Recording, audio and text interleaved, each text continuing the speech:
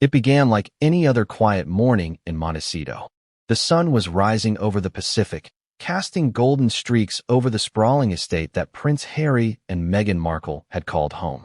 But behind the perfectly trimmed hedges, the pristine pool, and the picture-perfect facades of celebrity life, a storm was brewing.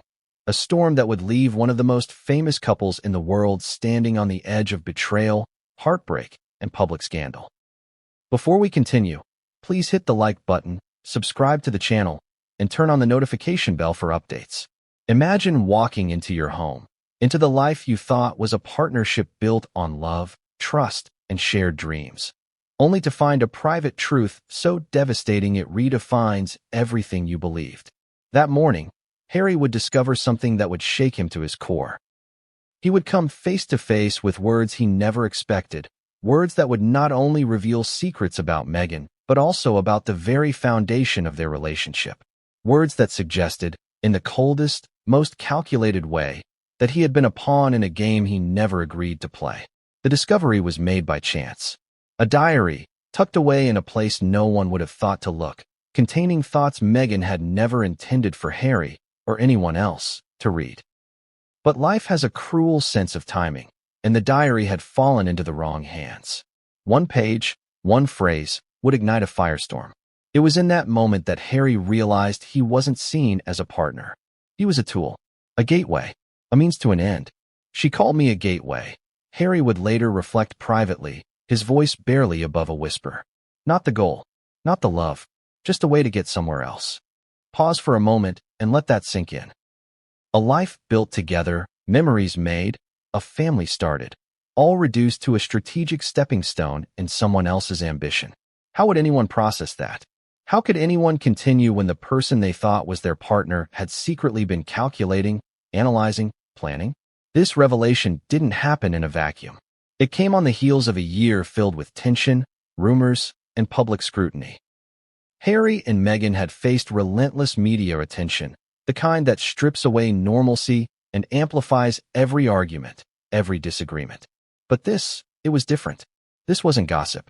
This wasn't speculation. This was personal, private, and it was written in Meghan's own hand. So what exactly did Harry find? The pages described him not as a loving partner, not as someone worthy of deep affection or trust, but as a strategic tool to enter elite global circles. The diary didn't just hint at this. It spelled it out. Every line painted a picture of Meghan viewing their marriage not as a union of hearts, but as a carefully plotted ladder, with Harry serving as the first step. Imagine reading those words. Imagine the betrayal, the disbelief, the heartbreak. The very person you opened your life to, who shared your dreams, your challenges, your quiet moments. She had been playing a different game entirely. And now, you were left holding the pieces, trying to make sense of an entire relationship recontextualized in an instant. And yet, Harry didn't confront her immediately. He paced. He thought. He reread the pages, each word heavier than the last. Every sentence was a revelation, every line a punch to the gut. But what made it worse wasn't just the revelation itself. It was the realization that much of their public narrative had been carefully curated. That the image of a couple deeply in love, united in purpose, had been meticulously constructed while the reality was something far more calculated. What would you do in that situation? Stay? Fight? Leave? For Harry, the answer became painfully clear. He couldn't ignore it. He couldn't pretend it didn't exist. The betrayal was too deep, the deception too fundamental. And in that moment, a decision was made, a decision that would change the course of their lives forever. Harry asked Meghan to leave. The words hung in the air, heavy with finality. He didn't yell. He didn't cry. There was a calm determination in his voice that contrasted sharply with the emotional chaos swirling inside him. "Get out," he said. And just like that, a home that had once been filled with laughter, plans, and shared dreams became the scene of heartbreak, abandonment, and shocking revelations. But the story doesn't end there. The diary didn't just reveal personal betrayal. It hinted at a pattern of behavior, a strategic mindset that extended far beyond their relationship. Every sentence suggested ambition, calculation, and a willingness to manipulate perception. Suddenly, the question became larger than just Harry and Meghan. It became a story about power, influence, and the lengths some are willing to go to achieve their goals. Consider this. Public perception had long painted Meghan as a progressive figure, a champion for women, and a modern influencer reshaping the monarchy. But the diary, the private writings, told a different story. A story where she assessed relationships not by emotional connection, but by utility. Where Harry, a prince with a platform and legacy, was simply the key to a larger vision. And yet, in the midst of this betrayal, there's an ironic twist. Harry, who had spent much of his life grappling with public perception, royal duty, and personal identity, suddenly became aware of something crucial. He was more than a pawn. He was a human being, capable of agency, capable of reclaiming his narrative. The diary, as destructive as it was, became a catalyst for empowerment. But there's another layer to consider. While Harry grappled with this revelation, Meghan was unaware of the discovery, unaware that the pages she had written in private, sometimes in anger, sometimes in calculation, sometimes in reflection, had been found. Unaware that her words, intended as private musings, were now the epicenter of a life-altering confrontation. And it's this tension, the knowledge gap, the suspense, that turns a personal betrayal into a story that captivates the world. Now, imagine the reactions outside the walls of Montecito. Social media would explode. Fans and critics alike would dissect every interaction, every word, every public appearance. News outlets would scramble for headlines. And in the midst of it all, Harry and Meghan would navigate the most personal of crises while under a global microscope. But here's the kicker. This isn't just a story about betrayal. It's a story about power, image, and the hidden truths behind curated lives. It's about what happens when the private collides violently with the public. And it's about one man's reckoning with the reality that the person he loved may have loved him, but only as a means to an end. By the end of this hour, you will understand not just what happened in Montecito that fateful morning, but why it matters. You'll see the diary in the context of their lives, their choices, and the world that watched from afar. You'll see how ambition, secrecy, and strategy can infiltrate even the most intimate spaces. And most importantly, you'll see what happens when a relationship built on trust is unmasked, and one partner must decide what to do with the truth. But what came next would change everything, and no one saw it coming. The fallout wasn't just private. It reverberated across continents, headlines, and social media timelines. Friends were forced to choose sides. Family bonds were tested. And Harry, who had always sought a balance between duty and personal freedom, was faced with a decision that would define the rest of his life. What would you do if the person you loved most had been hiding something from you? Not a little secret. Not a harmless omission, but a revelation so deep, so calculating, that it reframed your entire relationship? That was the moment Prince Harry faced when he stumbled upon Meghan's diary. It was an ordinary morning in Montecito, the kind of morning that felt safe. Sunlight filtered through the palm trees. The ocean breeze carried the faint scent of salt and flowers, and everything on the surface looked perfect. But Harry had noticed small things for weeks. Tiny slips, odd phrases, the way Meghan sometimes retreated to her private study for hours. He'd shrugged them off. Couples have secrets. Everyone has private thoughts.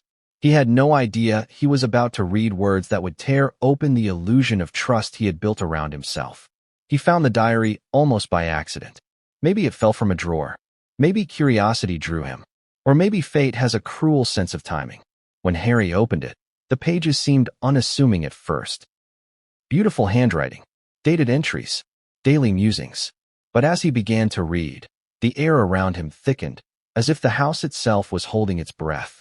The first few entries were mundane, notes on meetings, reflections on charity events, observations about public appearances. Then he reached a page that made him stop. Just one sentence, scribbled almost casually, but it hit him harder than anything in his life. Meghan had written about him, not in the way a spouse might. Affectionate, caring, loving, but in a cold, strategic way. She had called him a gateway. Gateway, not a partner, not a goal, just a means to an end. Harry reread the line. He pinched the bridge of his nose. Could this be real? Could the woman he had loved so fiercely, the woman he had trusted above everyone, have truly seen him as a stepping stone rather than a life partner? His mind raced. The implications were staggering. Every shared laugh, every whispered secret, every plan for the future. It suddenly felt transactional. Every promise, a calculated step in someone else's agenda. He turned the page. More entries, more admissions, and the picture became clearer. According to the diary, Harry was not her ultimate goal. He was not the love of her life. He was the gateway to elite global circles, the access point to a world of influence, connections, and power she had been plotting to enter from the moment they met. He wasn't a partner in love. He was a tool, carefully wielded. Imagine the emotional upheaval in that instant. Shock, betrayal, anger, heartbreak, all mixing into a whirlwind that left him gasping, unsteady on his feet. He read lines that described intimate moments as calculated interactions, shared experiences as steps in a plan. He had thought they were building a life together, but the diary suggested it was a ladder, and he was the first rung. Harry couldn't help but replay moments in his mind. The quiet dinners, the travels, the gestures of affection, they all took on a new, unsettling context. Was it all just performance? Had he been living a reality that existed only for the benefit of someone else's strategy?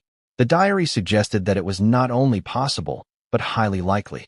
As he read, he felt a strange combination of sorrow and clarity. He loved Meghan, undeniably. But the diary forced him to confront a truth he had been avoiding, even subconsciously. Love alone was not enough when intentions were hidden, when trust was breached in the deepest possible way. The revelation wasn't just about betrayal. It was about identity, autonomy, and power. He had been seen not as a human being worthy of genuine affection, but as a means to an end. Harry paused and looked around the Montecito home. Everything felt different. The walls seemed to close in. The sun outside felt harsh, almost mocking. He thought about their shared life here, the late-night walks, the private jokes, the quiet moments away from cameras, and realized that in her diary, those moments were framed differently. They were strategic. They were tools. They were not sacred, not intimate, not real in the way he believed. And then came a detail that froze him. Meghan had written candidly about public perception, about how she and Harry could craft an image that would maximize influence. She had analyzed their interactions, their public appearances, the timing of their gestures, even the smallest body language cues, all to optimize attention and gain access to the circle she desired. The diary wasn't just a private journal. It was a blueprint for social and political navigation. The realization hit like a punch. Harry had always been aware of public scrutiny, of the pressures of his status, but he had never imagined that intimacy with someone he trusted could be weaponized. And yet, here it was, laid bare in ink on paper. Every word seemed to echo in the room, each one amplifying the sense of betrayal. At that moment, he faced a choice. Ignore it, confront it, retreat into denial, or act. But the diary left no room for half measures. It demanded acknowledgement. And as Harry's gaze fell on the next few pages, he saw lines that described not only him, but also their relationship in terms so cold they were almost clinical. He was never the goal, she had written. He was the gateway. He could feel his chest tighten, the adrenaline of shock mixing with the burning need for clarity. How could this have gone unnoticed? How could he have been so blind? And yet, part of him understood that he hadn't been blind. He had sensed something. Subtle cues, slight manipulations, the odd phrase here and there. But he had dismissed them, chosen to believe in the love he thought existed. Now he couldn't. Harry closed the diary, but the words lingered, refusing to be ignored. They replayed in his mind like a relentless loop. Each line forced him to reevaluate every interaction, every promise, every shared moment. And the more he thought, the more he realized the truth. This wasn't just personal. It was systemic. It was strategic. He had been living a reality curated by someone else's design. The storm was just beginning. And in the quiet of Montecito, Harry understood that life as he knew it was about to change forever. He would have to confront Meghan, confront the diary, and confront the truth that love alone could not protect him from deception. But what came next? How would Meghan respond when faced with the words she had written? Would she deny, justify, or escalate the conflict? And most importantly, how would Harry navigate the tidal wave of emotions, betrayal, and revelation that was crashing down on him? The diary had been discovered. The first shock had been absorbed. But the real storm, the confrontation, the fallout, and the unraveling of their carefully constructed world was only beginning. And as Harry prepared to face what lay ahead, one thought lingered in his mind, chilling and unavoidable. The person he loved most in the world had seen him as a tool. A gateway, not the goal. What if the person you trusted most, the one you believed loved you unconditionally, told you in private that you were never the goal? That everything you thought was mutual, genuine, and sacred was, in fact, part of a strategy? That's exactly what Prince Harry faced as he turned the pages of Meghan's diary, each line a dagger wrapped in elegant handwriting. The moment had a surreal quality. Harry sat in the quiet Montecito study, the sun warm on his shoulders, yet his body shivered. He could feel the weight of the revelation pressing on his chest. The words echoed in his mind. He was never the goal. He was the gateway. And suddenly, every memory they shared was reframed. Every laugh, every quiet morning, every intimate conversation. What if it had all been a means to an end? Imagine that sensation. Waking up one day and realizing that the person you devoted yourself to, trusted with your vulnerabilities, had been calculating, assessing, and manipulating behind the scenes. Not as an expression of love, but as a plan for advancement. For Meghan, Harry's status, his royal connection, his global platform, it was a ticket to the world she envisioned. He wasn't the final destination. He was the bridge to that destination. And Harry replayed the diary in his mind, entry by entry. There were passages where Meghan described interactions with him in terms of influence, not intimacy. She analyzed his network, his public perception, his potential leverage. She noted how certain gestures could be framed in photographs, how specific appearances would maximize attention. In private, these reflections might have seemed benign or even harmless musings. But in context, they were chilling. Harry wasn't a partner. He was a tool, a calculated step in a larger game. He remembered moments from their early courtship, thinking back with fresh eyes. The trips to charity events, the late-night conversations about mutual goals, even the small acts of tenderness, they now carried a subtle undertone he hadn't noticed before. Had those gestures been genuine?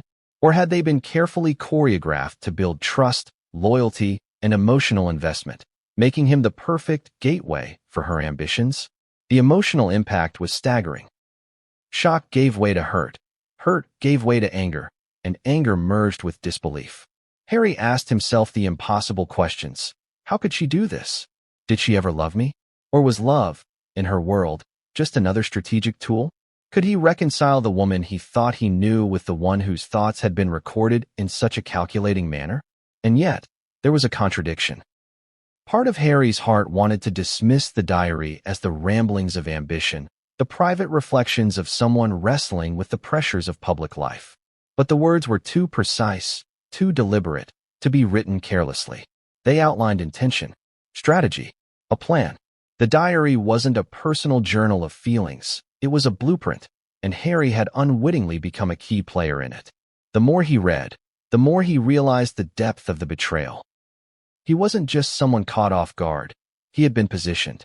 Every shared plan, every public appearance, every seemingly spontaneous moment had been weighed, measured, and executed with a hidden agenda.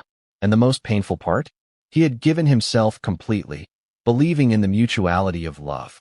Harry's mind flickered to the conversations they had shared privately. He remembered the way she had described their life together, the promises she had made. And now he wondered, were those words ever genuine? Or had they been spoken because they served a purpose, because they helped maintain the illusion while she moved her pieces across the board? He couldn't help but think about the public image they had cultivated. Together, they were a power couple in the eyes of the world, modern, compassionate, and influential. They represented a vision of progress, of love beyond the confines of royalty. But behind closed doors, the diary suggested a very different narrative. Public perception, it seemed, had been a stage set by one person's ambition, and Harry had been unwittingly complicit. And the contradictions didn't end there. For Harry, love had always been about mutual support, understanding, and shared growth. But according to Meghan's private reflections, their relationship was transactional, measured by what he could provide for her future goals. He had assumed they were equals, partners navigating a challenging world together. The diary suggested otherwise. He had been a means to something bigger, a stepping stone in someone else's carefully planned ascent. The emotional turmoil was compounded by a sense of personal failure. How had he not seen this sooner? How had the signs been there all along? And yet he had missed them. The heartbreak wasn't just about being used. It was about having invested completely, only to realize that love, trust, and intimacy had been secondary in her mind. And then, amidst the shock and the swirling questions, Harry realized that understanding the betrayal was only the beginning. The diary didn't just reveal that he had been used. It hinted at further consequences, deeper layers of intention, and a vision that extended far beyond him. This wasn't just about a relationship. It was about influence, power, and a strategy that had been unfolding long before he had even entered the picture. As he absorbed the weight of the words, Harry's thoughts turned to what he should do next. Confrontation? Withdrawal? Silence? None of the options felt safe. Each choice carried risk, not just emotionally, but socially and politically. The diary had exposed a vulnerability that wasn't just personal. It had potential to ripple outward, affecting their public image, their family, and the network of relationships they had built. And yet, one thing became painfully clear: he couldn't ignore it. Pretending the diary didn't exist, pretending that the words had no impact, was impossible. The revelation had changed the reality of his relationship irreversibly. He had to act. He had to respond. And he had to face the woman who had written those words, face to face, in the place that had once been their sanctuary, now a stage for a confrontation that would alter everything. Harry knew one thing: the diary was just the beginning. What followed would test every boundary of trust, loyalty, and emotional resilience. It would challenge not only the bond they had shared, but also the public perception of who they were as individuals and as a couple. The emotional stakes had never been higher. And as he set the diary down, the sun shining through the Montecito windows felt almost harsh. The calm morning had been replaced by an internal storm. He realized, with a sinking heart, that love alone could not protect him from deception. Trust had been shattered.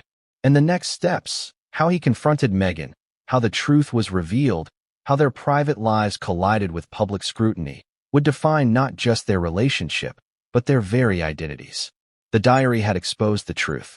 Harry had read the words, understood their implications, and felt the weight of the betrayal. But what Meghan would do when faced with those words? When Harry finally confronted her, remained unknown. The tension, the suspense, and the inevitable confrontation loomed, and Harry knew that once this storm broke, nothing would ever be the same. What would Meghan say? Would she justify, deny, or escalate? And how would Harry navigate the tidal wave of emotions, strategy, and betrayal that now defined their relationship? What happens when the private collides violently with the public?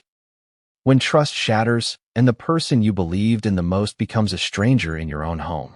That morning in Montecito, Prince Harry discovered not just a diary, but a reality he could no longer ignore. The pages had revealed Meghan's thoughts, intentions, and calculations, and now he had to confront the woman who had written them. The tension in the Montecito estate was almost palpable. The sun had climbed higher in the sky, casting sharp shadows across the manicured lawns, but inside, the atmosphere was heavy, suffocating. Harry's heart raced as he carried the diary to Meghan. Each step felt like walking into the eye of a storm. His mind replayed every line he had read, each one a dagger of betrayal. The words, "he was never the goal, he was the gateway," haunted him. When Meghan noticed his expression, she initially thought it was another fleeting moment of royal stress, another of Harry's rare, quiet, brooding spells. She didn't see the storm brewing behind his eyes, didn't anticipate the confrontation that was about to erupt.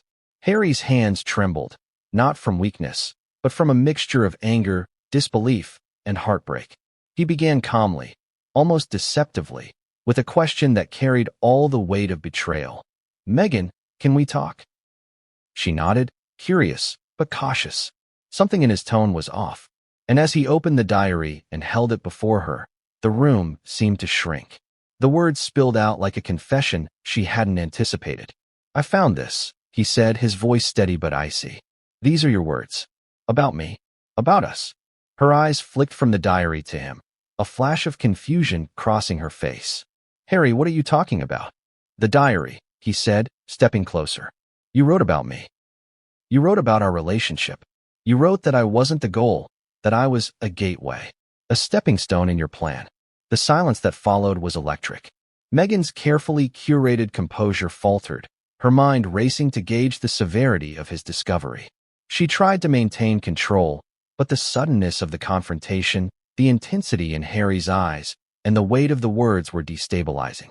Harry's voice rose slightly, laced with emotion that he had long suppressed. "Do you understand what this means? Every laugh, every private moment, was it all just a tool for your ambition?" Meghan's response was measured at first, almost defensive. "Harry, you're reading into things. Those were private thoughts, not intentions. You're overreacting." But Harry wasn't overreacting. He had read the precise language, the calculated phrasing, the meticulous observations she had made. This wasn't an emotional venting in a private diary. This was a strategic assessment, a roadmap for achieving influence, with him at the center as the key to access. He felt the weight of the manipulation pressing down on him. "How can you justify this?" he demanded, his voice rising with emotion. "You call me a gateway, not the goal. That's exactly what you wrote." Meghan's composure cracked slightly. She tried to explain, to reframe her words, but the moment had passed. The trust they had shared, already strained by years of public scrutiny and pressure, was fractured. Harry felt a mix of disbelief and grief. How could someone he loved, someone he had devoted himself to, view him this way? How could the person he had believed in implicitly wield intimacy as a calculated tool? The confrontation escalated quickly. Words that had been carefully restrained for months now spilled freely. Harry expressed the anger, betrayal, and hurt he had felt since reading the diary. Meghan, for her part, tried to justify her words, but each explanation sounded hollow, failing to bridge the chasm the diary had revealed. At one point, Harry's voice softened, almost to a whisper, carrying the weight of heartbreak that no anger could mask. "I loved you," he said, each word a plea and a lament. "I trusted you. And this changes everything." For Meghan, the moment was shocking.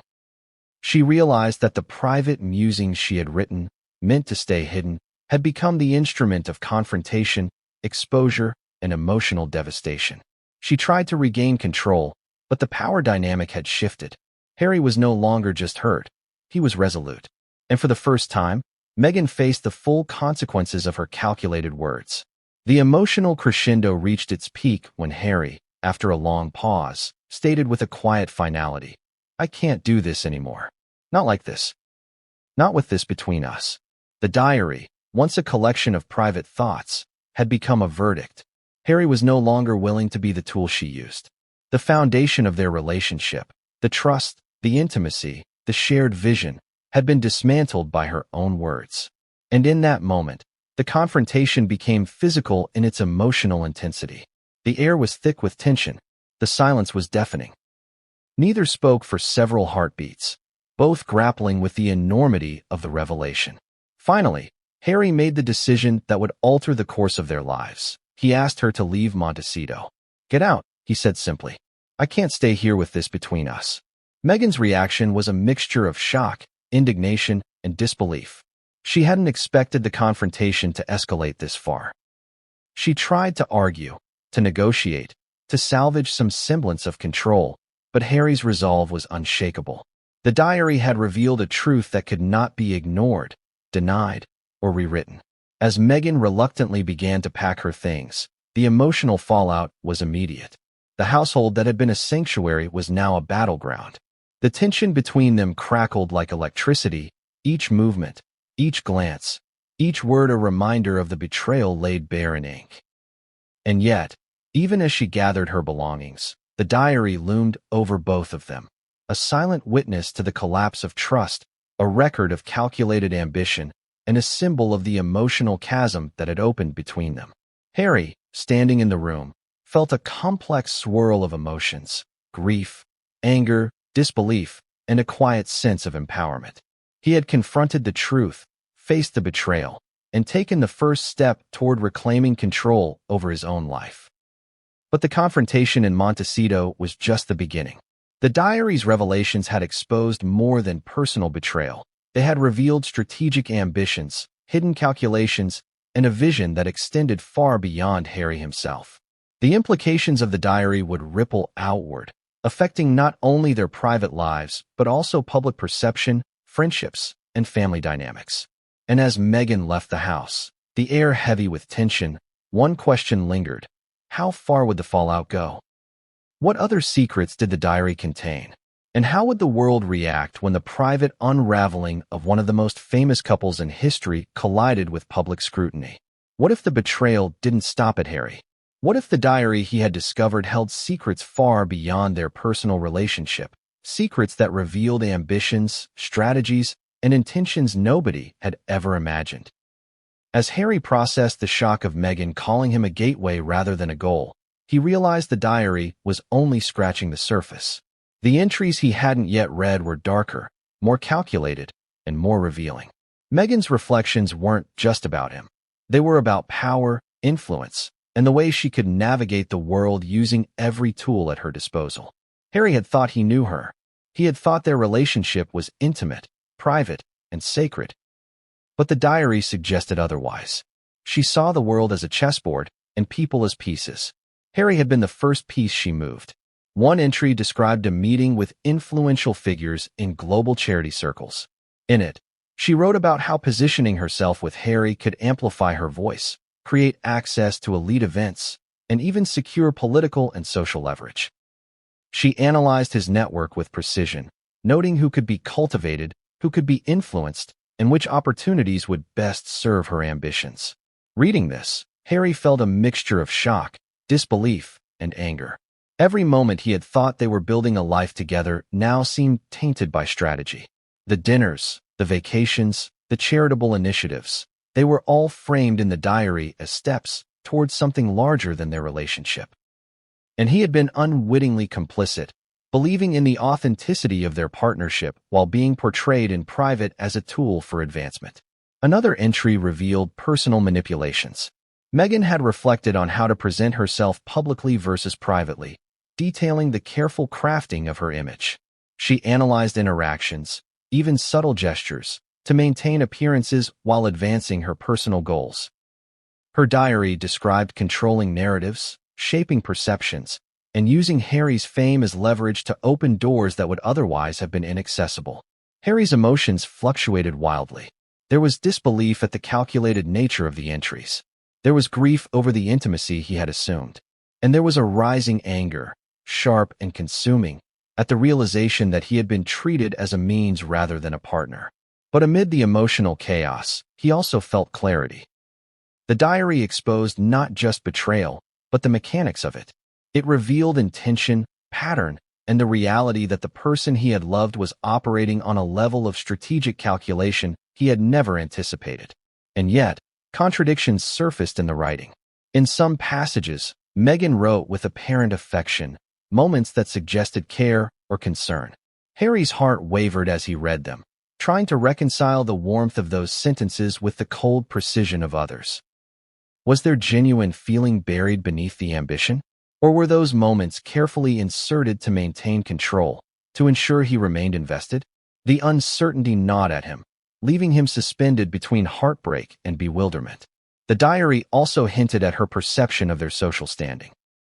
Meghan wrote about leveraging Harry's royal identity to gain entry into exclusive circles, describing how she could maneuver through events, philanthropy, and media appearances to maximize influence.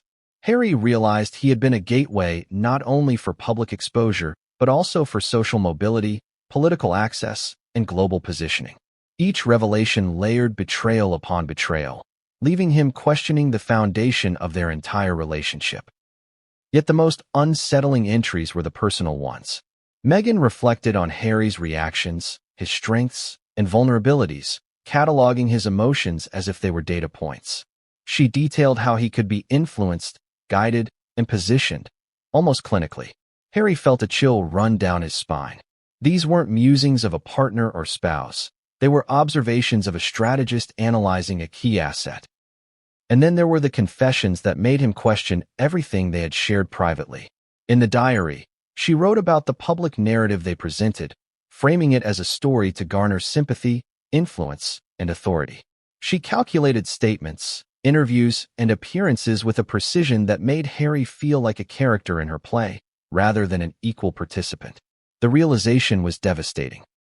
The intimacy he had believed in, the private jokes and whispers, now seemed orchestrated, crafted to maintain trust while advancing hidden objectives.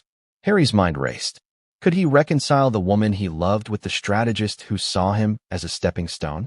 Could he confront this reality and retain any sense of dignity or agency? The diary had exposed a truth he could not ignore.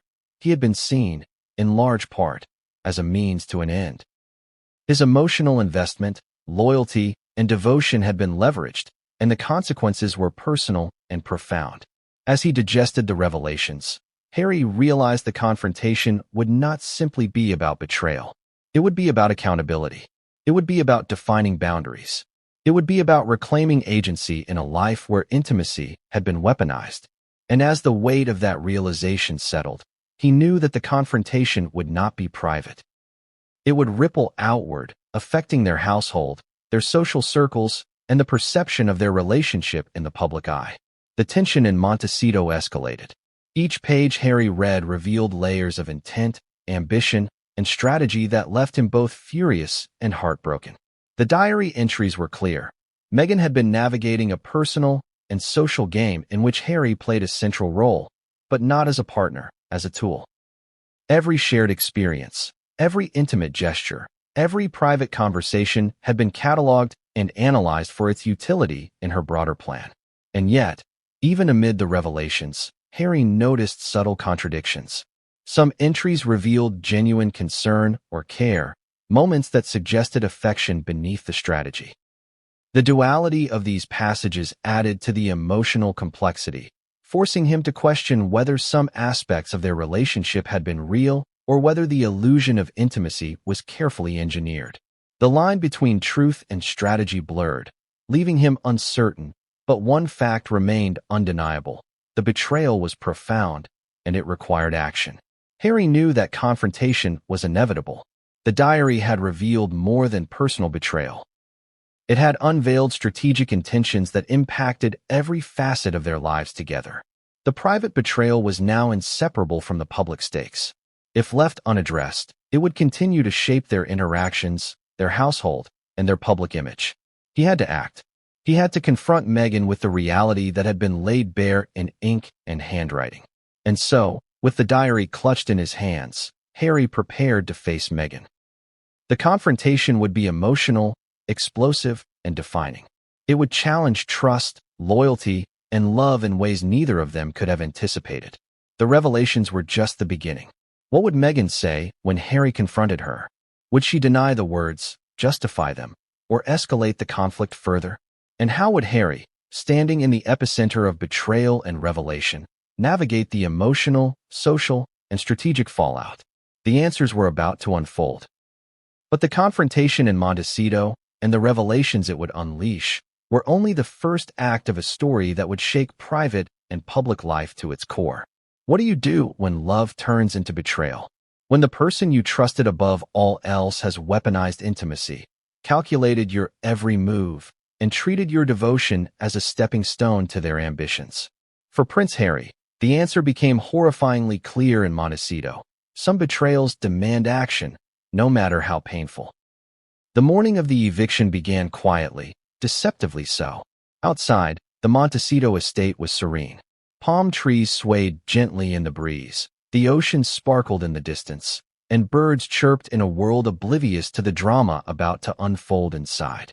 But the atmosphere within the house was electric, taut with tension, as Harry grappled with the diary in his hands, the weight of betrayal pressing down on him.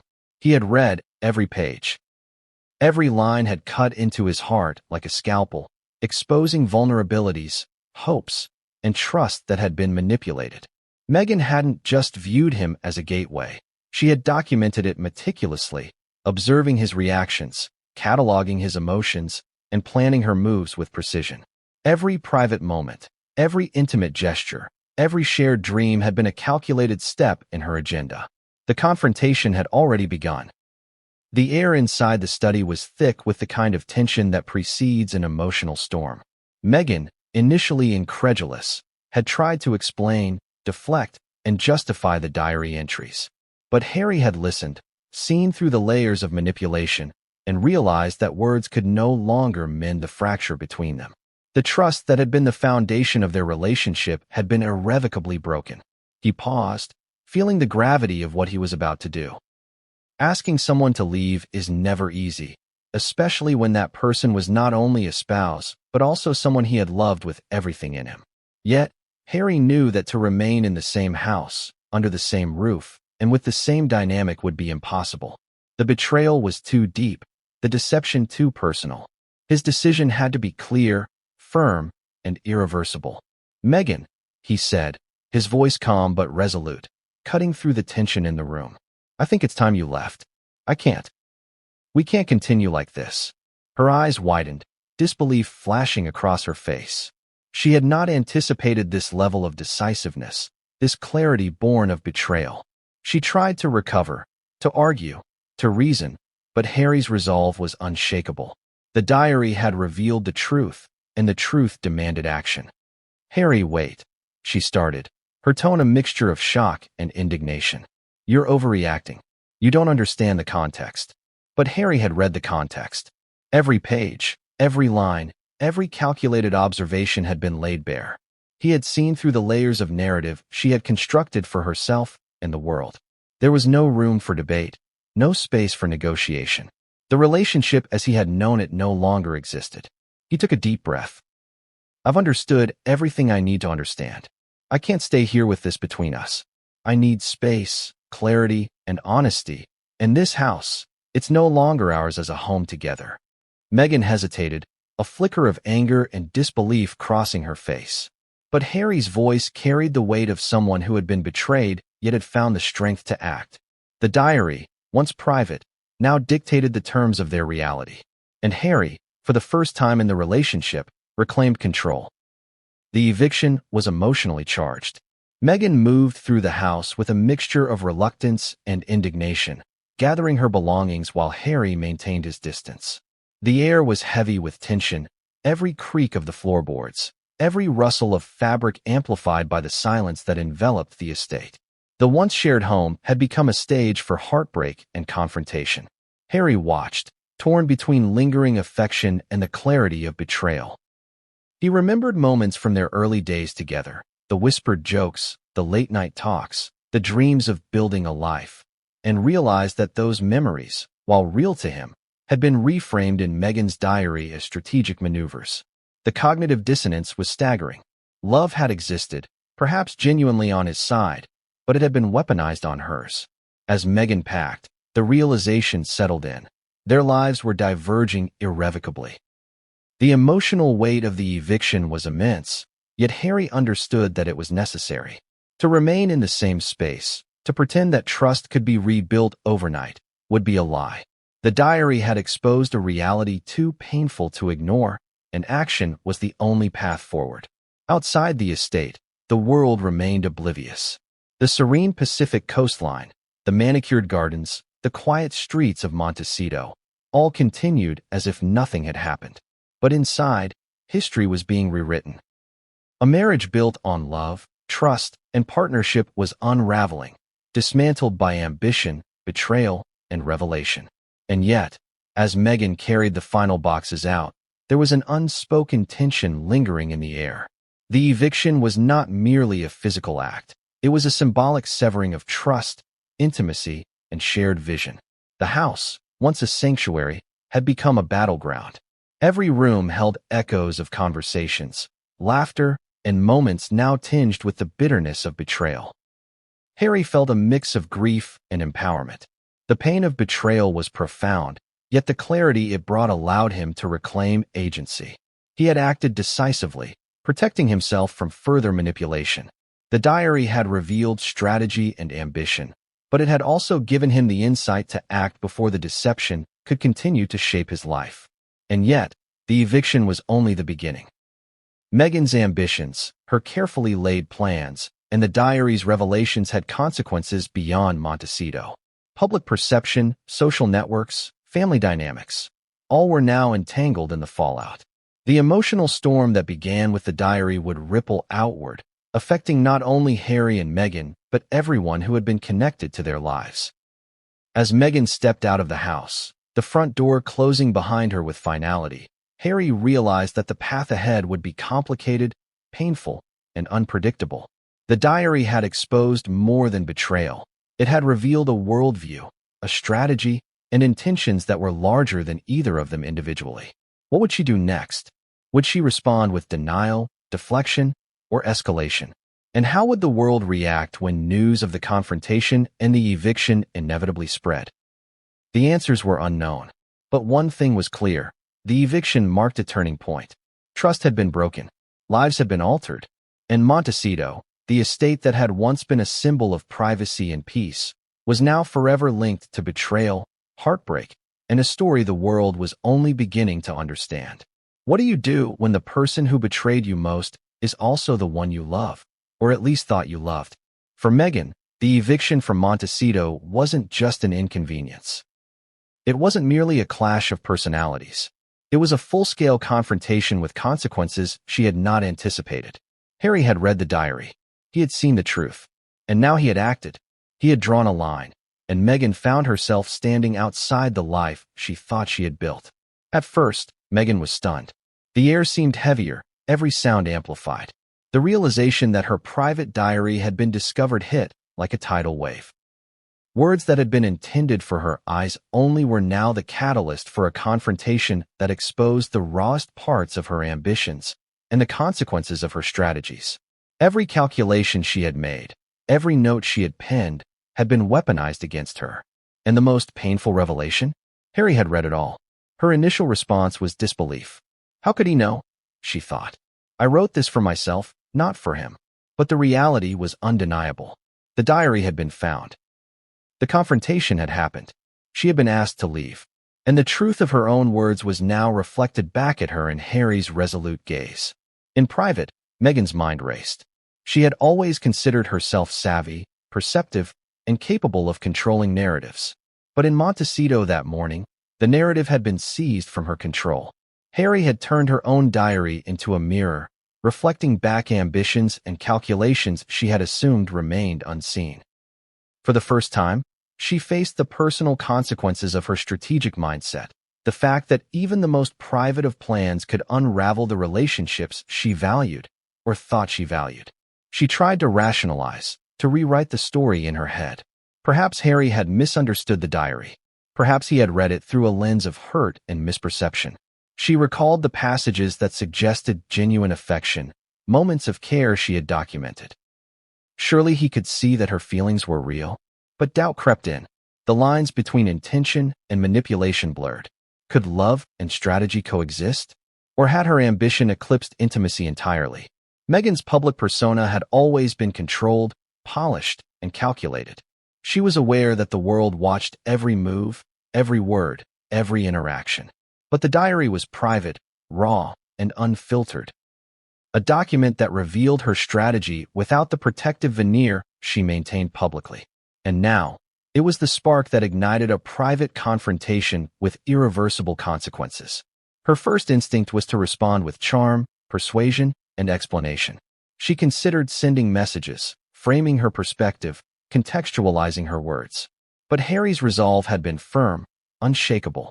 The eviction was final. There was no negotiation, no debate, no retreat from the clarity of betrayal he had uncovered. Meghan realized that control, the one thing she had always valued, had slipped from her hands. Anger flared.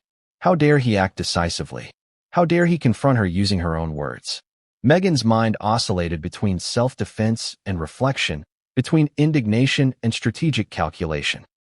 She had always believed that influence could be maintained, that narratives could be shaped, that perception could be controlled.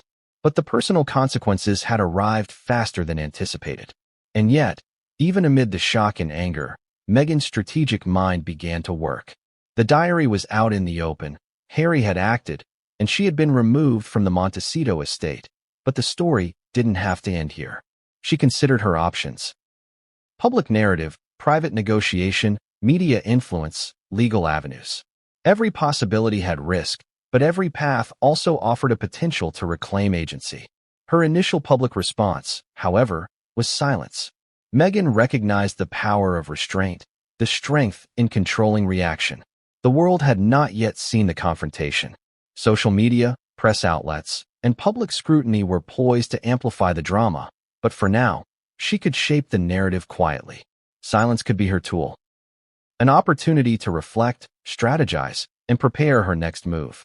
Yet, privately, Meghan struggled with an emotional reality she had often compartmentalized: guilt, fear, and the pangs of loss.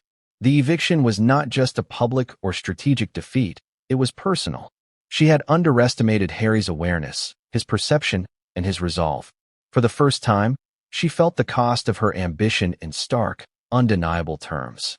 The diary had not only revealed Harry's role as a gateway in her strategy, it had revealed the depth of her own willingness to manipulate intimacy, trust, and emotional connection.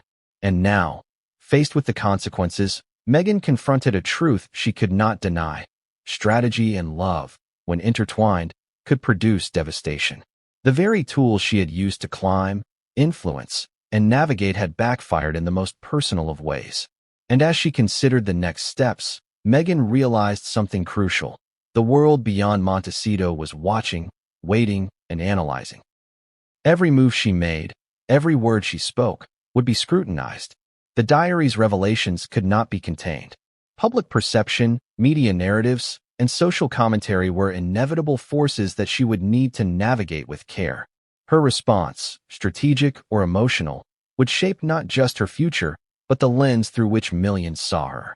Even in this vulnerable moment, Meghan's mind calculated probabilities. What if she reframed the narrative publicly? What if she positioned herself as misunderstood, as a victim of circumstance rather than the orchestrator? Could she leverage media influence, selective storytelling, or public appearances to regain narrative control? These thoughts churned as she packed her belongings and left Montecito, each step a mixture of resignation, reflection, and tactical foresight. But Harry's clarity, decisiveness, and the diary's revelations had set the stage for a confrontation she could not fully control. Every private thought, every ambition, and every calculated observation had been exposed. The balance of power had shifted, and Meghan's response would determine not only her relationship with Harry, but also her public image, social influence, and personal trajectory. And just as Meghan considered her next moves, Harry's presence, his calm yet resolute demeanor, remained an ever-present reminder. The diary had revealed a truth that could not be erased. Every word she had written, every calculation she had made, every step in her strategy was now part of a narrative beyond her control. The tension lingered, heavy and unyielding. The confrontation had begun with discovery, escalated through dialogue, and culminated in eviction, but the story was far from over.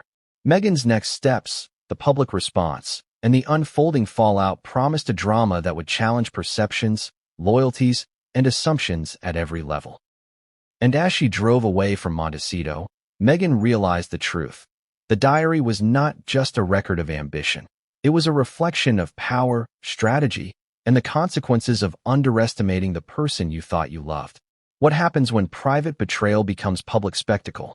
When a diary meant to remain unseen ignites a firestorm that the world can't ignore. For Prince Harry and Meghan Markle, the eviction from Montecito and the revelations of the diary were no longer just personal matters. They were a media event in waiting. And soon, the storm would hit with full force. Almost immediately after Meghan's departure, rumors began circulating online. Sources claimed that a major confrontation had taken place, that tensions had escalated, and that the couple's private life had reached a breaking point. Social media lit up like wildfire, with millions speculating about the cause, the consequences, and the emotional state of both parties. Every platform exploded with analysis, opinion, and gossip. The world was watching, and it was hungry for answers. The media frenzy was relentless. News outlets ran with the story: royal betrayal in Montecito, diary sparks emotional fallout, Harry evicts Meghan after secret entries revealed. Headlines screamed scandal, deception, and heartbreak. Analysts dissected every word, every tweet, every past interview for signs of tension. Commentators speculated about motives, strategy, and public image management. Every private thought recorded in Meghan's diary became a public talking point. For Harry, the media storm was a second wave of betrayal, this time from the outside world.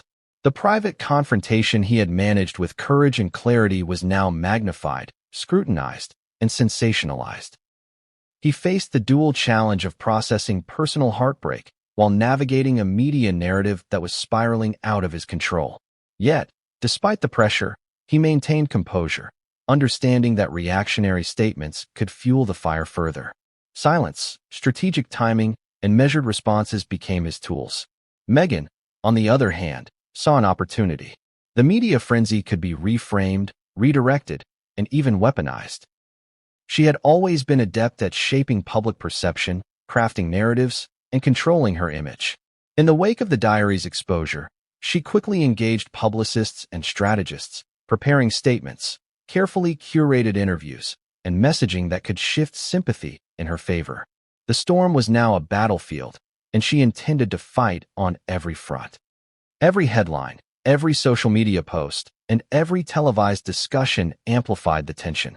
Former friends and acquaintances were called upon for commentary, while pundits dissected past public appearances for clues about the dynamics of the relationship.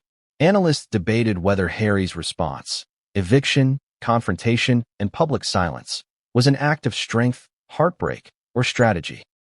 Meghan's previous statements, philanthropic work, and public appearances were scrutinized as evidence of ambition versus authenticity. The global audience was captivated. Millions followed the story as it unfolded in real time. Fans and critics alike weighed in, taking sides, defending, condemning, and analyzing the events with obsessive attention. The diary, once private, had become a symbol of both betrayal and power. A lens through which the public interpreted not only the couple's relationship, but also broader questions of trust, ambition, and manipulation. Within this storm, personal and public narratives collided. Harry's struggle with betrayal and heartbreak was juxtaposed against Meghan's strategic maneuvers to reclaim control over the story. Every private conversation leaked or referenced, every diary entry dissected, became a tool in shaping public perception. The media frenzy amplified every nuance, forcing both parties to navigate a reality where privacy no longer existed and every word could be weaponized. The emotional toll was immense. Harry had to process heartbreak while remaining composed in the public eye. Meghan had to manage the exposure of her diary and navigate backlash while positioning herself favorably. Both were under scrutiny, their every move analyzed for insight, motive, and credibility. The media storm created a pressure cooker environment where emotion, strategy, and public perception collided in unpredictable ways. But the storm wasn't just about public attention. It created tangible consequences. Friends, family, and associates were drawn into the narrative, often unwillingly. Private communications became public fodder. Every past interview, statement, or social media post was re-examined, recontextualized, and interpreted as evidence in a larger story of betrayal, ambition, and strategy. The diary was now the epicenter, but its influence radiated outward, touching every aspect of Harry and Meghan's lives. Amid the chaos, both parties had to make critical decisions. For Harry, the challenge was maintaining dignity, clarity, and control while managing an intensely personal betrayal under public scrutiny. Every word, every gesture, every appearance had to be carefully considered to avoid escalation or misinterpretation. Meghan, by contrast, needed to balance the exposure of the diary with strategic positioning, crafting a narrative that would mitigate fallout, preserve influence, and maintain public favor. The media storm also created unexpected alliances and adversaries. Supporters rallied on social media, defending Harry's right to act decisively, his courage, and his emotional intelligence. Others criticized him for evicting Meghan, questioning his motives and interpreting the confrontation as impulsive or dramatic. Meghan's supporters countered with their own narratives, emphasizing public perception, ambition, and the challenges of life in the spotlight.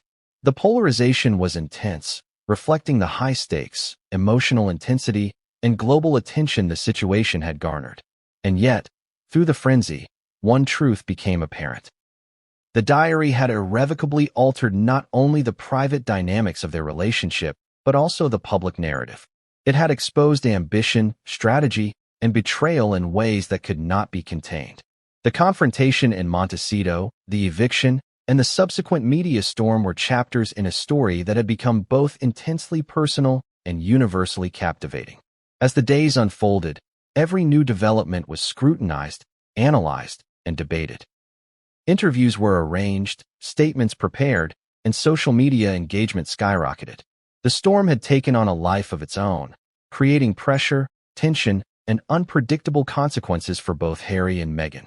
The diary's influence extended beyond their personal lives, shaping public discourse, media narratives, and the perception of one of the most famous couples in the world. And amid the chaos, a question lingered. How would the diary's revelations continue to unfold in the public eye? How would Harry navigate the combination of personal betrayal and global scrutiny? And what strategies would Meghan deploy to regain control over the narrative, influence perception, and maintain her ambitions? The media storm was only the beginning. The consequences of the diary, the confrontation, and the eviction were far from over. And what